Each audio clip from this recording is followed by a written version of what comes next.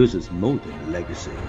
This is a source of inspiration, sharing the journey of discovery. PSN College of Engineering and Technology. Colonel Bhaskaran ஓய்வு பெற்ற ராணுவ அதிகாரி இணைந்திருக்கிறார். Sir வணக்கம் sir.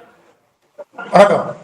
பாகிஸ்தானுக்கு தக்க பதிலடி கொடுப்போம், அவர்கள் எதிர்வினை ஆற்றினால் பதிலடி கொடுக்க தயாராக இருக்கிறோம், முப்படை தளபதிகளுக்கும் அதிகாரம் கொடுக்கப்பட்டிருக்கிறது என பிரதம மந்திரி தலைமையில் நடைபெற்ற கூட்டத்திற்கு பிறகு முடிவெடுக்கப்பட்டிருக்கிறது. எப்படி பாக்குறீங்க? இந்த சீஸ் ஃபயருக்கு பிறகே மீண்டும் அமைதி திரும்பாத ஒரு போக்குதான் எல்லையில் நீடிக்கிறதா?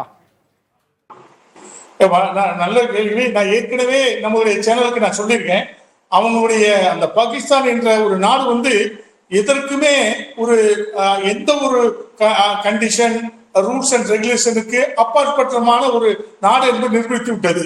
அதாவது 3:30 டிஜிஎம்ஓ டு டிஜிஎம்ஓ பேசுறாங்க, 5 மணியோட நிப்பாட்டம்னு அவர் ஜெனரல் இந்தியா 5 மணியோட நம்ம எந்த இது பண்ணல. ஆனால் உங்களுக்கே தெரியும், இரவு ஒரு 7 மணி 8 மணிக்கு பல மணிக்கு அவர்கள் தாக்குதலை நடத்தி விட்டார்கள். இதுல இருந்து என்ன தெரிகிறது என்றால், அவர்களுக்குள்ளே ஒரு பேச்சுவார்த்தைகளே ஒற்றுமை இல்லை. நான் ஏற்கனவே பிஎம் ஒன்னு பேசுவார், டிஃபென்ஸ் மினிஸ்டர் ஒண்ணு பேசுவார், அவங்களுடைய உள்துறை அமைச்சர்கள் ஒண்ணு பேசுவார்கள். அவர்களுக்குள்ளே ஒரு ஒற்றுமை இல்லை. இருந்தாலும் ஏதோ ஒரு அவசர முடிவெடுத்து விட்டு அமெரிக்கா தன்னுடைய முக்கியத்துவ தன்மையை உலகத்துக்கு காட்டியிருக்கிறது. ஒரு இரு நாடுகளுக்கும் பேச்சுவார்த்தை நடந்திருந்தாலும் கூட அந்த சீஸ்பயரை அந்த அந்த இரு நாடுகள் எந்த நாடாலும் ஒரு நாடு தான் அறிவிக்குமே ஒழிய அமெரிக்காவை ஃபர்ஸ்ட் நான் அதிக நேரமாக இரவு முறாக பேசிவிட்டு ஒரு நல்ல முடிவை வந்து விட்டேன் என்று அவர்கள் தெரிவித்தார்கள். இதுல இருந்து என்ன தெரிகிறதுனா, இந்தியாவும் பாகிஸ்தானும் அவர்கள் அண்டரில் இருக்கிற மாதிரி ஒரு தோற்றத்தை கொண்டு வந்து கொடுக்கிறார்கள். நான் as a army officer, I am not going to interfere in the politician and இந்த பாலிசியில போகல. அந்த மிலிட்டரி வேவ்ல நான் பேச விரும்புறது என்னன்னா, ஒரு நாட்டுக்கு ஒரு பண்பு ஒரு இருந்தா 5 மணிக்கு சீஸ்பயர் என்று சொன்னதை 7 மணிக்கு தாக்குதல் நடத்தி விட்டார்கள். இது மாதிரி ஒரு கோழைத்தனமான இது எதுவுமே இல்லை. ஏனென்றால் இதை அடிபணிவதற்கு ஒரு காரணம் உண்டு.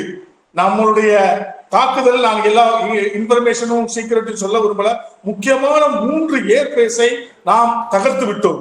ஆகையால் அவர்களுக்கு தெரிந்து விட்டது, இனிமேல் நாம் வாலாட்டினால் இந்தியா ஒற்றை நடக்கிவிடும் என்று.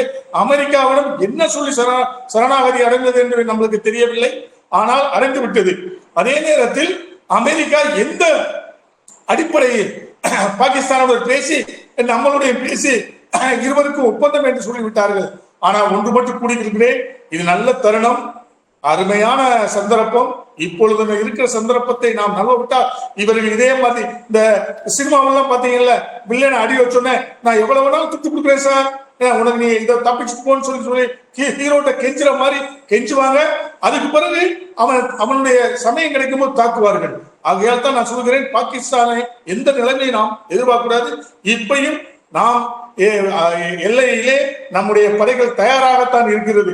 நாம எவ்வளவு ஜென்டில் நிரூபித்துக் கொண்டு இருக்கிறோம். ஏன்னா நம்ம தாக்குதல் பண்ணுவதற்கு தைரியம் இல்லாமல் இல்லை.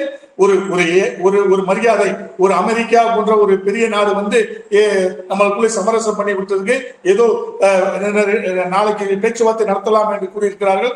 அதுவரை பொறுத்திருப்போம் என்ற ஒரு பொறுமை இருந்தது. ஆனால் அந்த பொறுமையை கூட அவர்களால் காப்பாற்ற முடியல. இதுல இருந்து அவர்களுடைய நாட்டின் நிலைமை தெரிகிறது. ஒரு கோழைத்தமான ஒரு என்ன சொல்றது ஒரு முதுகெலும் இல்லாத ஒரு நாடாகத்தான் நான் எதிர்பார்க்கிறேன்.